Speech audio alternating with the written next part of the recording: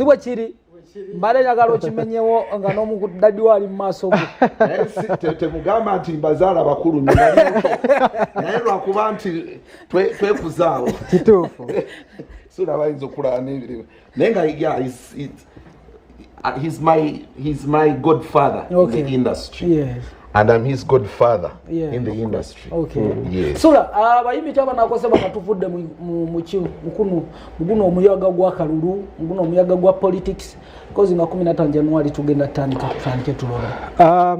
Abagenda okosebwa oba abanakosebwa kuba twedividing amaba mune bawagire nabane bawagire eri mulimu okubolebwa ntola wagira gundi sigenda muwagira nga tukomyewe waka basically music anakosebwa nga tumaze omuyaga guno gwa politics. Well, okutwaliza abamu abayimbi bangi nnyo abakoseddwa mu politics ono era nga netona abatuvudde mu kulonda bangi bakyakosebwa naye buli muntu alina ekirowoozo oba oli okuwagira omuntu yenna gwayagala. Tubirabyeko wano Garson Wabuyu Gravity omutujju yakosebwa nnyo n'atuuka n'okuba nti emyaka gyonna gyayimbidde over 10 years gwe mulundi gwokka gwasooka okulaba ng'akoze embaga ya Isma n'Amina ng'afunye abantu batono abataweza na hafu oba quota ya cricket over na yali politics of course yali politics kubanga muntu yali tegese rugoge mirundi mingi not really but yali politics kubanga ne yamutekako ekivulu gwe twalabira nti ate yakola nnyo ku jahazi pia yali Mickey Wine so yali politics kubanga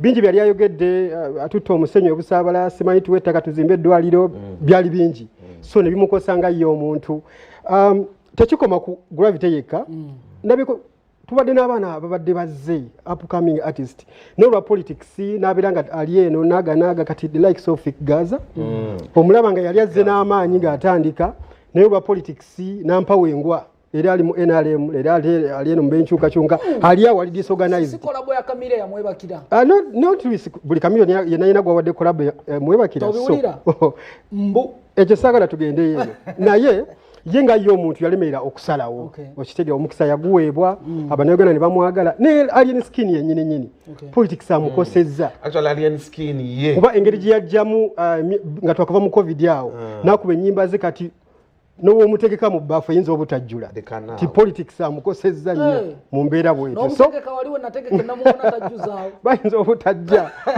olw'ebigambo byayogera so si kibi okuwagira omuntu gw'oyagala kubanga political affiliations buli muntu ayina eddembe erimuweebwa ssemateeka okwogerera omuntu gwayagala but sokolo omanye ate kizibu kyensanze to the artist I don't know waki bwe mulya omugati guno gubatuuga mwaga you see Ugandans wouldn't have a problem nze mmanyi omuyimbi omu King Michael affiliates with NRM but King Michael ayina obuganzi by the virtue of how he does his things abantu bamwagala King Michael kubanga ye bwali atata gusaaba abantu omugati ne kati usanga all the artists that have gotten money from NRM bagala okulaga nti ate bo basukkulumye oba kitegera so nze ndowooza nti singa oba ofunye ssente oba you are affiliated to NRM keep it on the down low oba kitegeera because at the end of the day let the funds of NUP not be your competition okitegeera gwe obuzibu obulina n'aba heads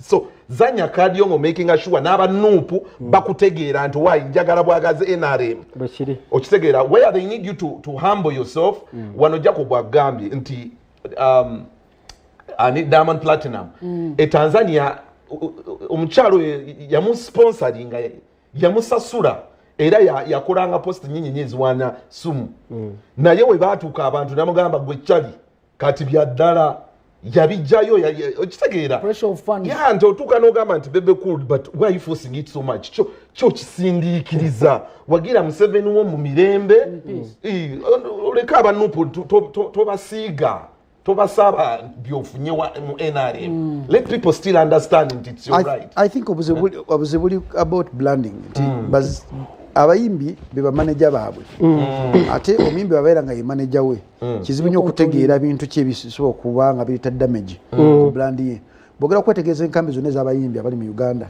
bebafuga ba manager baabwe manager tasobola kugamba nti munaye bebe kulwa n'ogenze onosusizza bebe kulu toli TikTok ava ku TikTok bebe kulu tisibuli kimu olina kiddamu bebe kulu nti because yes kirungi okuwagira government ngagwa omuyimbi okutali mu kisango ne kibamu kubanga olina okujjukira nti bwogenda mu malwaliro ga Uganda nga gwe omuntu olwala ogenda Kenya ne mu Uganda basobola kujjanjabirawo ekyo ng'olina okitegeera nogamanyi wano kabansasule kuyimba kubanoonyeza abantu naye okugenda okudifendinga gavumenti oba okudifendinga NUP sijja kikola nze kangene nkoleki va kuffe abalaga saidi nogamba ffe yes tuli namawulire naye nze ndi wa national platform okutali musango kitegeera naye ate wa NRM so amulaba bubi naye mulimu omuntu omugolaba asukka gwagenda nabawa esente ebukutiye bwa sente nakakwata video nakateeka naye ngemula gwali abantu abafiira ku ttaka okitegeera gwawa milioni 8 nakwata video naga fetu zina sente okukudaalo era still kiddayo ku branding nga Uganda nti wano mu Uganda oba tunulidde abayimbi abasinga obungi balakinga PR tebalina PR nti omuyimbi agenda nakera ku makya nakwata socials ze n'ateekayo kyateekayo era so nakwebuuza because ebintu embi olakinga branding olina okuba ne PR naye wano oyinza okugamba nti mu bayimbi bonna betulina Uganda Swangs Avenue ndowooza Swangs Avenue yo katikati tugibalanga record label bati bano abayimbi abasigadde batono nnyo abalina PR ababoogezi nti omuyimbi agenda nakola ensobi noka kati ntandikirewo okumunenya and I don't know Jacob me am of a view nti I just imagine Bebe Cool buli omwe akimanyi oli wa NRM naye sente nezitaku overwhelming noyitako emulago lumu nogamba naye muzeeyi nkuwagira naye mulago mullo ali bubi muzeeyi nkulagira naye ekkubo lyennakawuka eryo saha lyayogerako mulikwataganyeko mwana tuswala nabeera real to the public will actually have no problem with you naye ekizibu okuba muluguba ogwo emufuna sente now yesterday I honestly ezali omu and why do you show that nenga yali atwala sente ezo rimu Naturally, Jacob, there is no problem with supporting whatever you support. Ne balance. Kubanga manya, neri waliyo sente. Na ye, kwigamba, baba teka unga shield. Kati yesterday, yes. Debate yabadege. Nauliriza honorable. Ngari ne Bebe Cool. Bebe Cool ngari ku point. Yes. Enyonyi mugikolera PR mbi. Nsere na mubuuza. Muna Uganda afiiridwa sente. How must he react? How? Because you see, enyonyi yenyini yavuddeyo ne batekayo statement nti enyonyi enfu ebyuma tononya byuma okisegeera.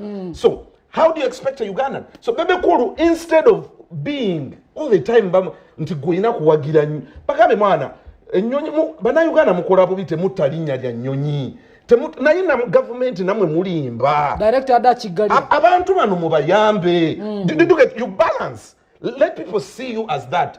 Jaja ichulo oyo yakuba omugenzi yakubanga NUP saidi ku saidi najja nakubanga government nakuba NUP era yagenda okufa the NUP people buried him, the NRM people buried him. So I think that is the way to go.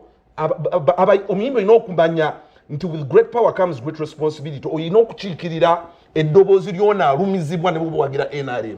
Manya muwo mukisa muwulirize kubanga you're the star. Naye oyagala gobeere ku NRM omuleke nga tokimanya badde faniwo.